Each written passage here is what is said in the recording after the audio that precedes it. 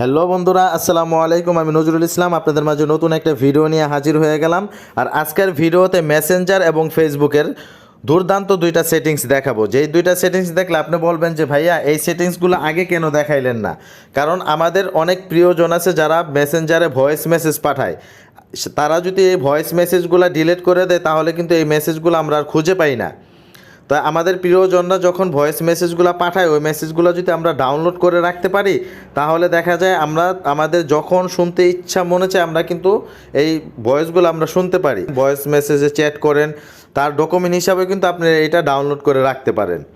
তো বন্ধুরা, কিভাবে আপনারা ভয়েস মেসেজটা ডাউনলোড করে রাখবেন আমি সেই প্রসেসটা দেখাবো। আর ভিডিওটা ভালো লাগলে অবশ্যই আমার চ্যানেলটা একটা সাবস্ক্রাইব করে দিবেন, পাশে থাকা বেল আইকনটা বাজিয়ে দিবেন।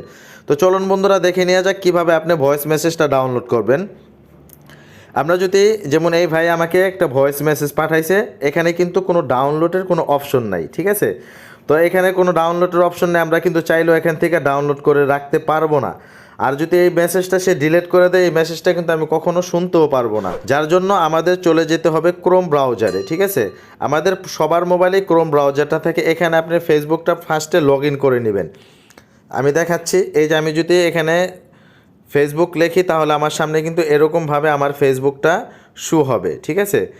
আমার যেহেতু লগ ইন করা আছে যার কারণে আমার ফেসবুকটা এখানে লগ ইন হয়ে যাচ্ছে। যাদের ফেসবুকটা লগ ইন করা নাই তারা জিমেল পাসওয়ার্ড দিয়ে ফেসবুকটা লগ ইন করে নেবেন, ঠিক আছে। এখানে লগ ইন করে নেওয়ার পর আপনি যে কাজটা করবেন, এই যে উপরে একটা থ্রি ডট অফ মেনু আছে, এখানে একটা ক্লিক করে দিবেন।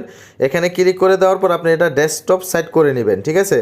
ডেস্কটপ সাইট করে নেওয়ার পর আপনার সামনে এরকম একটা ইন্টারফেস শো হবে। এরকম একটা ইন্টারফেস শো হওয়ার পর আপনি যে কাজটা করবেন, আপনি এই যে উপরে একটু জুম করবেন। একটু জুম করার পর আপনি এখানে দেখবেন এই যে মেসেঞ্জারের যে মেসেজ আইকনটা এটার উপরে একটা ক্লিক করে দিবেন, ঠিক আছে। এটার উপরে একটা ক্লিক করে দেওয়ার পরে আপনার সামনে এই যে একটু জুমটা কমাই নিচ্ছি, এই যে এরকমভাবে আপনার মেসেজগুলো শো হবে, ঠিক আছে।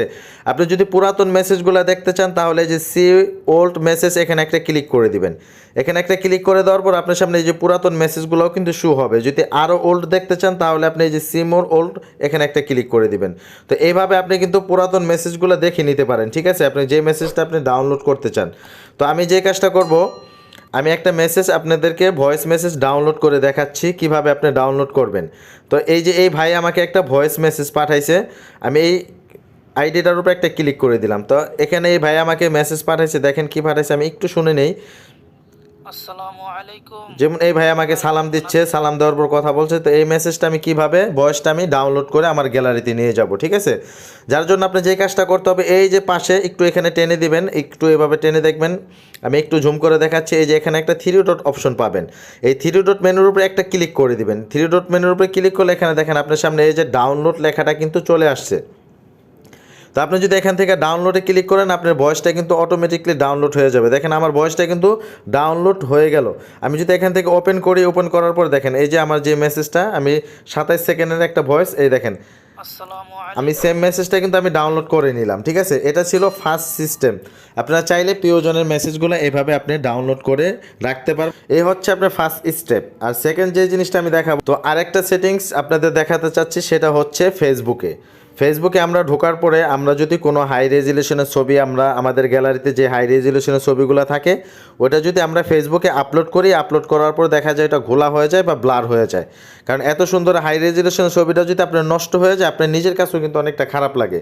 তো এটা কিভাবে আপনি হাই রেজুলেশন আপনি আপলোড করবেন সেই প্রসেসটা আমি আপনাদের দেখাবো। কারণ এই ফেসবুক অ্যাপ্লিকেশনটা আপডেট হওয়ার পরে সেই প্রসেসটা কিন্তু চলে গেছে। তো যার জন্য আমাদের চলে যেতে হবে এই লাইট যে অ্যাপ্লিকেশনটা আছে এটার ভিতরে আমাদের ফেসবুকটা লগ ইন করে নিতে হবে। লগ ইন করে নেওয়ার পর আপনি যে কাজটা করবেন, আপনি এই যে থ্রি ডট মেনু এখানে একটা ক্লিক করে দিবেন। এখানে একটা ক্লিক করে দেওয়ার পর আপনি যে সেটিংস যে লেখাটা আছে এই সেটিংসের উপরে একটা ক্লিক করে দিবেন। সেটিংসের উপরে ক্লিক করে দেওয়ার পর আপনি এই যে এই প্রোফাইলের উপরে একটা ক্লিক করে দিবেন। প্রোফাইলের উপরে একটু ক্লিক করে দেওয়ার পরে আপনি একটু স্ক্রল করে নিচে আসবেন। নিচে আসার পরে যে এখানে দেখেন ফটো কোয়ালিটি লেখা আছে, এই ফটো কোয়ালিটির উপরে একটা ক্লিক করে দিবেন।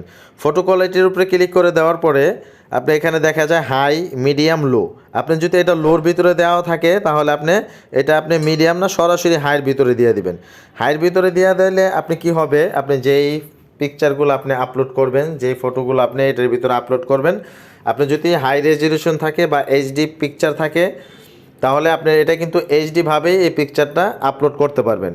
তো বন্ধুরা, আজকের ভিডিওটা এখানেই মূল বিষয় ছিল। আজকের ভিডিওটা এখানেই শেষ। যদি ভিডিওটা ভালো লাগে অবশ্যই চ্যানেলটা সাবস্ক্রাইব করবেন এবং একটা লাইক করে দিবেন, পরবর্তী ভিডিও জানিয়ে আপনি অতি সহজেই পেয়ে যান। আজকের মতো এখানেই শেষ। আল্লাহ হাফেজ, দেখা হবে আগামী কোনো ভিডিও।